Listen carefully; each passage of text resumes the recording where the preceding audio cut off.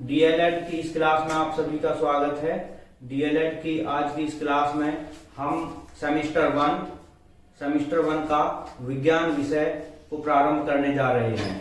तो इस विज्ञान विषय की यूनिट नंबर 1 को हम स्टार्ट कर रहे हैं, जो है विज्ञान का अर्थ, प्रकृति, प्रभाव तथा महत्व। तो इसमें इसको प्रारंभ करने से पहले हम आइए जानते हैं कि विज्ञान है क्या, विज्ञान किसको कहते हैं। आज का वर्तमान युग वैज्ञानिक युग है, वैज्ञानिक उपलब्धियों का युग है। तो आज के युग में मानव सभ्यता का कोई भी ऐसा अंग नहीं है जो इससे अछूता हो, चाहे वो कृषि का क्षेत्र आप कह लीजिए, चाहे आप प्रौद्योगिकी का क्षेत्र कह लीजिए, चाहे आप शिक्षा का क्षेत्र कह लीजिए। तो कुल मिलाकर कोई भी आज हमारा मानव सभ्यता का कोई भी अंग इससे अछूता नहीं रह गया है। तो क्यों ना पहले इसको समझ लिया जाए कि विज्ञान है क्या। तो आइए प्रारंभ करते हैं विज्ञान का अर्थ एवं परिभाषाएं। तो आज जो भी हम अपने आसपास देखते हैं तो विज्ञान की उसमें हमें समझ आता है कि कितना उसमें विज्ञान का प्रयोग हुआ है। जैसे आज हम एक स्थान से दूसरे स्थान पर बहुत कम समय में पहुंच सकते हैं, प्राचीन काल के समय में बहुत कम समय में पहुंच सकते हैं। आज हम भारत से लेकर अमेरिका तक की यात्रा कुछ ही घंटों में पूर्ण कर लेते हैं, और आज हम 100 किलोमीटर की दूरी पर बैठे हुए किसी व्यक्ति से तुरंत संपर्क साध सकते हैं। तो ये सब वैज्ञानिक क्रांति के कारण ही संभव हुआ है। तो ये जो विज्ञान है, कुछ तो ये कहते हैं कि जीवन के गत्यात्मक पक्ष को विज्ञान, कुछ विद्वान ये मानते हैं कि जो जीवन का गत्यात्मक डायनामिक पक्ष है वो ही विज्ञान है। कुछ विद्वान कहते हैं कि सत्य की खोज ही विज्ञान है, सत्य की खोज करना, सत्य तक पहुंचना ही विज्ञान है। तथा कुछ विद्वान कहते हैं कि जो हमारे प्रकृति के रहस्य हैं उनको समझना ही, उन तक पहुंचना ही विज्ञान है। तो लेकिन हम यदि बात करें कि विज्ञान शब्द कहां से उद्भव हुआ, तो ये जो विज्ञान शब्द है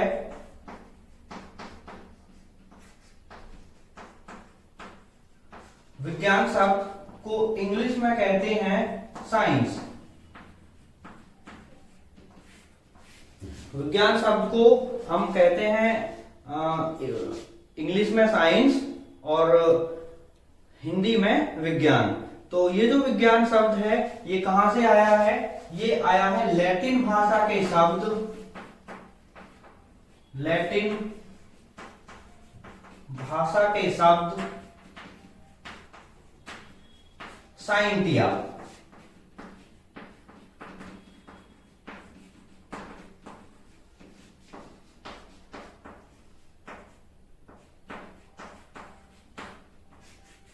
ये शब्द आया है लैटिन भाषा के शब्द साइंटिया। अब इस शब्द का क्या मतलब होता है? तो साइंटिया शब्द का मतलब होता है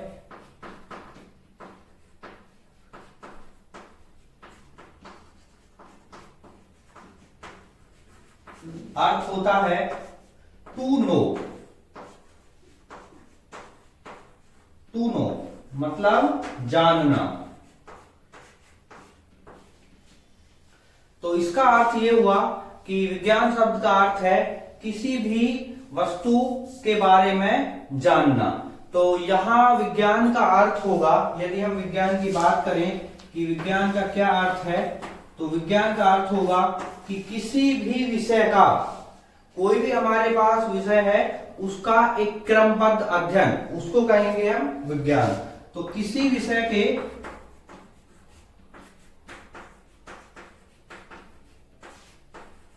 क्रमबद्ध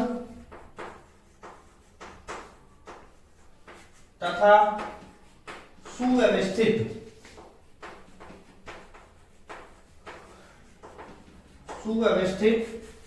ज्ञान को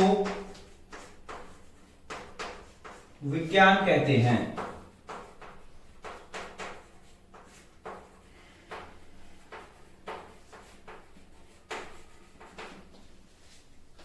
तो फिर से देखते हैं विज्ञान की परिभाषा को किसी विषय के क्रमबद्ध तथा सुव्यवस्थित ज्ञान को विज्ञान कहते हैं। और अब हम आगे बढ़ते हैं, कुछ हमारे वैज्ञानिक और उन्होंने विज्ञान को कैसे कैसे परिभाषित किया है तो उनको हम समझने की कोशिश करते हैं। तो आइए चलते हैं कुछ वैज्ञानिकों द्वारा दी गई परिभाषाओं की ओर। तो आते हैं विभिन्न वैज्ञानिकों द्वारा दी गई परिभाषाओं की ओर। तो विभिन्न वैज्ञानिकों के दृष्टिकोणों पर आधारित परिभाषाएं। तो सबसे पहले हम लेते हैं एक बहुत महान वैज्ञानिक आइंस्टीन। तो आइंस्टीन ने जो परिभाषा दी है, जो विज्ञान की परिभाषा दी है, वो है हमारी ज्ञान अनुभूतियों की अस्त व्यस्त प्रसन्नता को तर्कपूर्ण एक रूप विचार प्रणाली बनाने के प्रयास को विज्ञान कहते हैं। Science is an attempt to make the chaotic diversity of our sense experience respond to logically uniform system of thought. तो ये जो परिभाषा दी गई है, ये दी है हमारे महान वैज्ञानिक आइंस्टाइन के द्वारा। नेक्स्ट हम लेते हैं कार्ल पॉपर। कार्ल पॉपर विज्ञान एक निरंतर क्रांतिकारी परिवर्तन की स्थिति है और वैज्ञानिक सिद्धांत तब तक वैज्ञानिक नहीं होते जब तक कि उन्हें आगामी प्रयोग सिद्धि प्रमाण द्वारा परिवर्तित न किया जाए। Okay, science is a condition of perpetual revolution and a scientific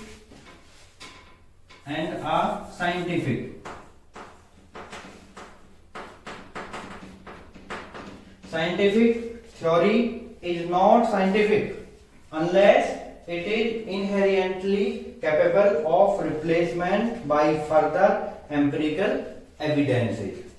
And next आते हैं हम वुडवर्ड एंड ओबर्न।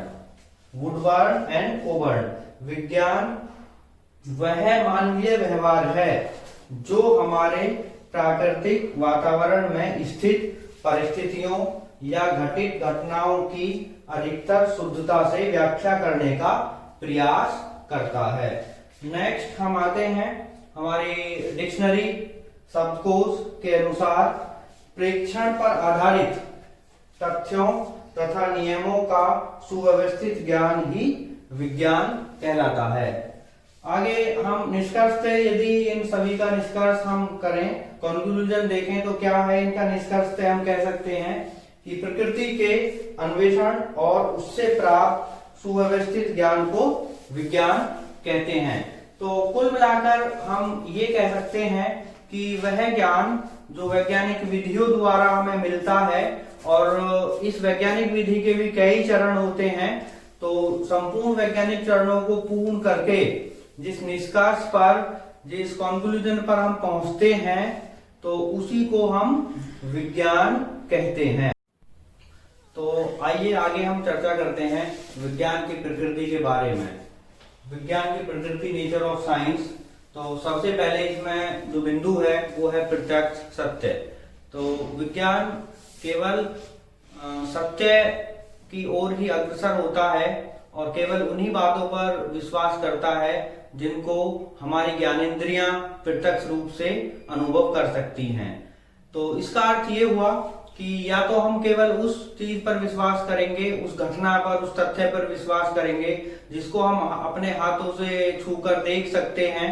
अब मान लीजिए कोई ये कह रहा है कि चौक है, तो इसको या तो मैं कैसे अनुभव करूंगा, इसको छूकर कि यहाँ चौक यहाँ पर है, कुछ यहाँ पर है, या फिर अपनी आंखों से देखकर कि हाँ यहाँ कुछ है। तो ये दो पॉइंट विज्ञान में बहुत इंपॉर्टेंट हैं, बहुत ही महत्वपूर्ण ये बिंदु हैं कि हम केवल या तो एक्सपेरिमेंटली वो निकल कर आए या फिर हम उसको अपनी ज्ञानेंद्रियों से अनुभव कर सकें। तो ये दो पॉइंट बहुत इंपॉर्टेंट हैं इस विज्ञान को समझने के लिए। और विज्ञान केवल और केवल इन ही दो चीजों पर बिलीव करता है कि या तो किसी चीज को हम अनुभव कर पा रहे हैं अपनी ज्ञानेंद्रियों के द्वारा, या फिर वो वैज्ञानिक उस तथ्य को हमारे सामने स्पष्ट कर रहे हैं एक्सपेरिमेंट के द्वारा, अपने प्रयोगों के द्वारा। जैसे कि कुछ लोगों को ये कहते सुना गया है कि इलेक्ट्रॉन और भूत, कि वो ये कहते हैं कि कि भूत होते हैं लेकिन दिखाई नहीं देते, और वो ये भी मानते हैं कि इलेक्ट्रॉन भी दिखाई नहीं देते लेकिन इलेक्ट्रॉन होते हैं। जब हमारा विज्ञान ये कहता है कि इलेक्ट्रॉन है और उनको हम अपनी आंखों से नहीं देख सकते, तो वो कहते हैं कि इसी प्रकार भूत भी होते हैं, घोस्ट भी होते हैं, लेकिन उनको हम अपनी आंखों से नहीं देख सकते। तो यहाँ मैं इस बात को ये क्लियर करना चाहूंगा कि जो भूत हैं एक्सपेरिमेंटली वो डिटेक्ट नहीं हुए हैं। एक्सपेरिमेंट करके हमने जब देखा तो ये पाया कि भूत एक्सपेरिमेंटली नहीं डिटेक्ट हो पा रहे हैं, लेकिन इलेक्ट्रॉन को तो हम डिटेक्ट कर सकते हैं। बहुत सारे ऐसे प्रयोग हैं जो ये बताते हैं, बहुत सारे ऐसी घटनाएं हैं जो ये बताती हैं कि हाँ इलेक्ट्रॉन होते हैं। तो हम उसको अपनी आंखों से नहीं देख पा रहे, लेकिन वैज्ञानिक प्रयोगों के द्वारा तो उसको हम महसूस कर पा रहे हैं कि हाँ इलेक्ट्रॉन है। तो केवल और केवल विज्ञान हमारा किस पर डिपेंड होता है? प्रत्यक्ष सत्य पर। जो सत्य है उसी पर बिलीव करता है। एक और उदाहरण मैं यहाँ लेना चाहूंगा कि इस प्रकृति में किसी भी वस्तु को, चाहे वो मेरे हाथ में ये चौक है इसको, या पेन है, कपड़ा है, कुछ भी ऑब्जेक्ट है, एक कागज है, बुक है, उसको यदि ऊपर से छोड़ा जाए तो वो नीचे की तरफ ही जाता है।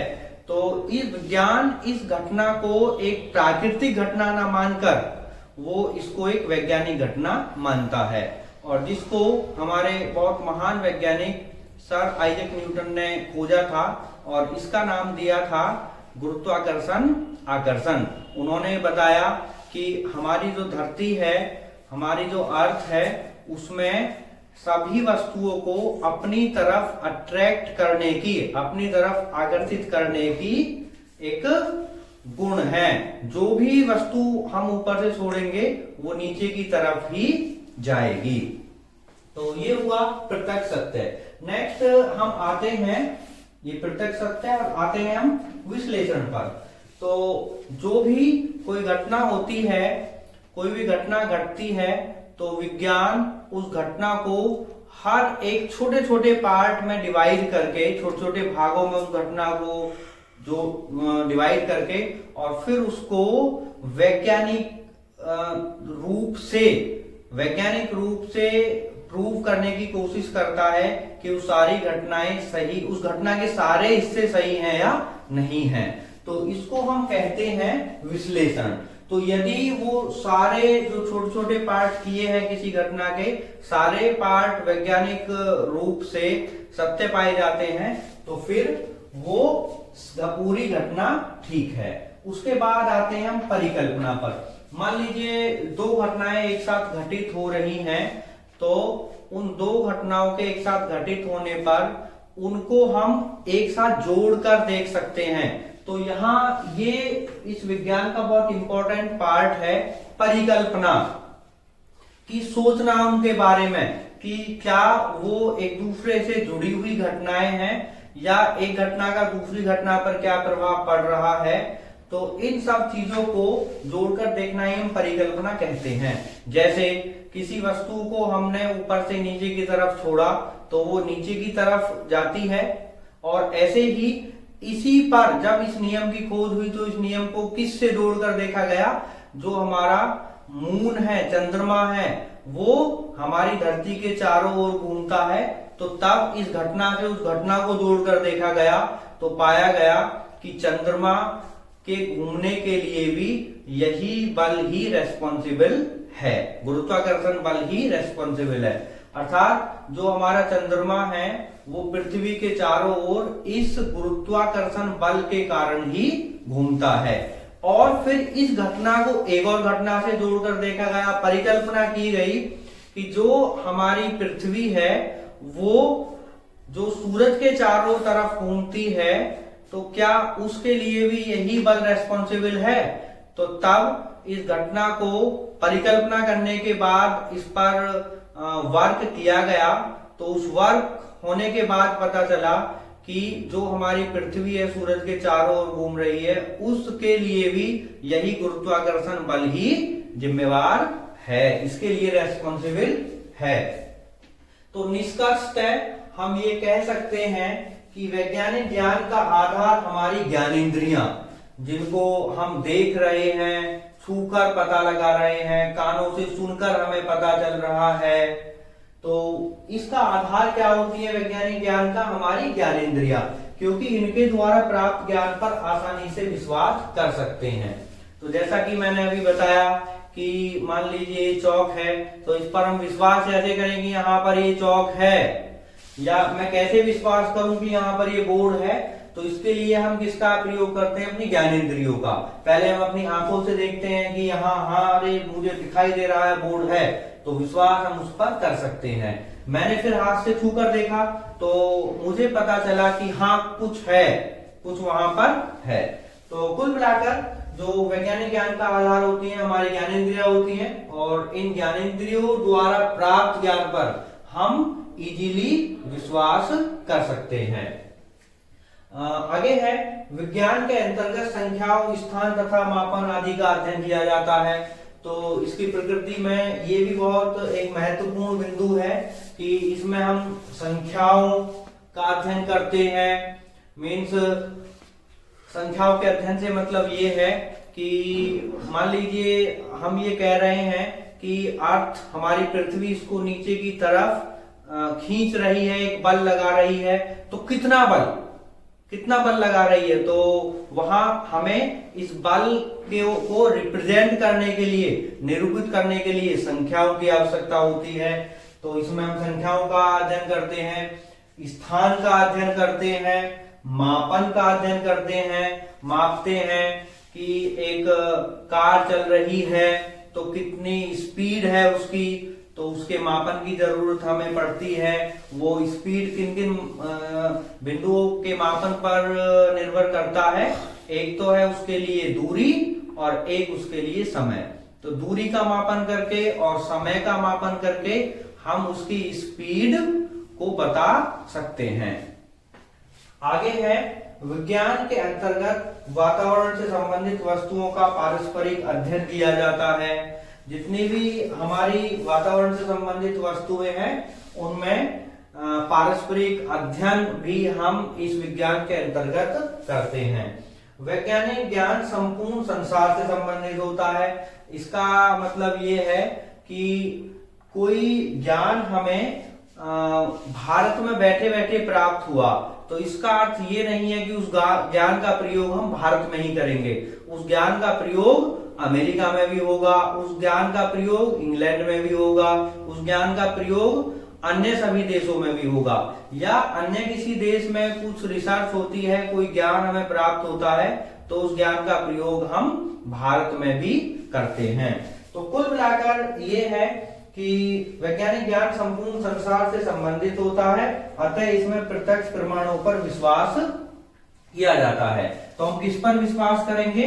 प्रत्यक्ष प्रमाण पर, क्योंकि जब सबसे पहले हर्ट्ज ने इलेक्ट्रोमैग्नेटिक वेव, विद्युत चुंबकीय तरंगों को लेबोरेटरी में एक स्थान से दूसरे स्थान तक भेजा, तो उसके बाद और आज उस एक्सपेरिमेंट के द्वारा ही जो ज्ञान हमें वहां एक प्रत्यक्ष प्रमाण मिला था, उसके द्वारा ही आज हम अपने एनर्जी को एक प्लेस से दूसरे प्लेस तक भेज रहे हैं। और उसका प्रयोग हम कहाँ कर रहे हैं? अपने मोबाइल फोन में कर रहे हैं। जब हम एक दूसरे से बात करते हैं तो वह हमारी जो ऊर्जा है, जो हमारा सिग्नल है, हमारे विचार है, वो एक स्थान से दूसरे स्थान तक उन्हीं विद्युत चुंबकीय तरंगों के द्वारा जा रहे हैं।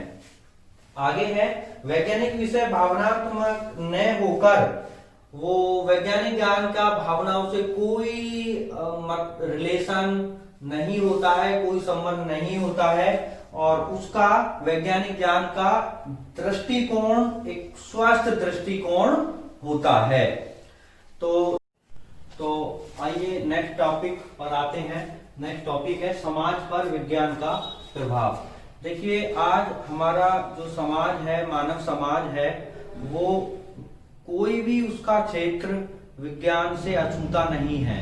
अर्थात इस विज्ञान ने हर एक क्षेत्र में, मानव जीवन के हर एक क्षेत्र में एक बहुत ही बड़ा बदलाव ला दिया है, और उसको आज हम प्रत्यक्ष रूप से देख भी रहे हैं। तो आइए देखते हैं कि किन किन क्षेत्रों में कैसे कैसे वो क्षेत्र इस विज्ञान से प्रभावित हुए हैं। तो सबसे पहले हम आते हैं विज्ञान तथा उद्योग, साइंस एंड इंडस्ट्री। तो आज जो हमारे उद्योग धंधे हैं वो इस विज्ञान से बहुत ही उन्नति कर रहे हैं। जो पहले काम बहुत सारे लोग मिलकर किया करते थे, उनको महीने लग जाया करते थे, आज इस विज्ञान से वो काम बहुत जल्दी हो रहा है और इससे हमारा काफी जो समय है उसकी भी बचत हो रही है। तो ये सारा का सारा किससे है? साइंस से, विज्ञान से। नई नई टेक्नोलॉजी आ रही है तो उसका हम इंडस्ट्री में यूज कर रहे हैं। तो ये इस तरह से हमारा विज्ञान उद्योग से संबंधित है। आगे बात करते हैं विज्ञान और स्वास्थ्य की। आज कोविड-19 के इस दौर में हम सब समझ सकते हैं कि विज्ञान हमारे स्वास्थ्य में किस तरह से मदद करता है, किस तरीके से क्रांतिकारी परिवर्तन ला रहा है। आज भारत देश इस कोविड-19 जैसी महामारी से उभरा है तो उसमें विज्ञान का एक बहुत ही बड़ा रोल है। तो इस विज्ञान से जो हमारी स्वास्थ्य से संबंधित बीमारियां हैं, न केवल उनकी रोकथाम के लिए कोशिश की है बल्कि उनके निराकरण के लिए भी बहुत बड़ा कार्य किया है। हैजा, चेचक, इनके टीके बनाने में, जो इनकी बीमारियों से बहुत से लोग पहले उनकी ऐसे मृत्यु हो जाया करती थी, तो आज उससे हमने यहाँ पर विजय प्राप्त कर ली है। तो आगे भी हमारा जो विज्ञान है कुछ आने वाले समय में इस कोविड-19 जैसे इस विषाणु, इस वायरस से बचने के लिए टीके को तैयार करने में जरूर ही सफल होंगे। आगे कृषि की नई विधियां। आज कृषि करने का पूरा ही ढंग बदल चुका है। पहले हमारे जो खेतों में कार्य किए जाते थे, जैसे खेत की बुवाई, बीज डालना वगैरह वगैरह, ये जितने भी कार्य किए जाते थे, आज इन सब का जो फॉर्म है वो बदल चुका है। हम खेतों की बुवाई आज ट्रैक्टर से करते हैं, खेतों की कटाई के लिए मशीनों का प्रयोग करते हैं और जो हमारी फसलें होती हैं उनको बीमारियों से बचाने के लिए नई नई दवाएं हमारे साइंस ने हमें दी हैं। उनकी रोकथाम के लिए, रोगों की रोकथाम के लिए दवाई आज जो मिलती हैं वो हमें विज्ञान ने ही उपलब्ध कराई हैं। और नई नई विधियां आज इसमें आ गई हैं जिनसे खेती में जो हम खेती करते हैं उसमें जो लागत है उसमें हमारी कमी आई है और जो आउटपुट है वो हमारा बढ़ा है। नेक्स्ट, विज्ञान और संचार। यदि हम अपने कम्युनिकेशन की बात करें तो इसमें पहले हमें अपने एक संदेश को, एक सिग्नल को एक प्लेस से दूसरी प्लेस तक भेजने में बहुत ज्यादा टाइम लगता था, लेकिन आज विज्ञान के इस दौर में हम अपने संदेश को कुछ ही सेकंड्स, कुछ ही मिनट्स में एक स्थान से दूसरे स्थान तक भेज सकते हैं। तो इसमें भी बहुत परिवर्तन, बहुत प्रगति हुई है संचार के क्षेत्र में। और आगे हम बात करते हैं विज्ञान एवं परिवहन। तो ट्रांसपोर्टेशन का क्षेत्र भी इस विज्ञान से अछूता नहीं है। ट्रांसपोर्टेशन में भी जिस यात्रा को पूर्ण करने में हमें 1 महीना लग जाता था, महीनों लग जाते थे, आज उसी ही यात्रा को हम कुछ घंटों में पूर्ण कर लेते हैं। तो ये रही बातें विज्ञान का हमारे जीवन पर, हमारे समाज पर प्रभाव। ओके, नेक्स्ट क्लास में हम डिस्कस करेंगे विज्ञान के महत्व को।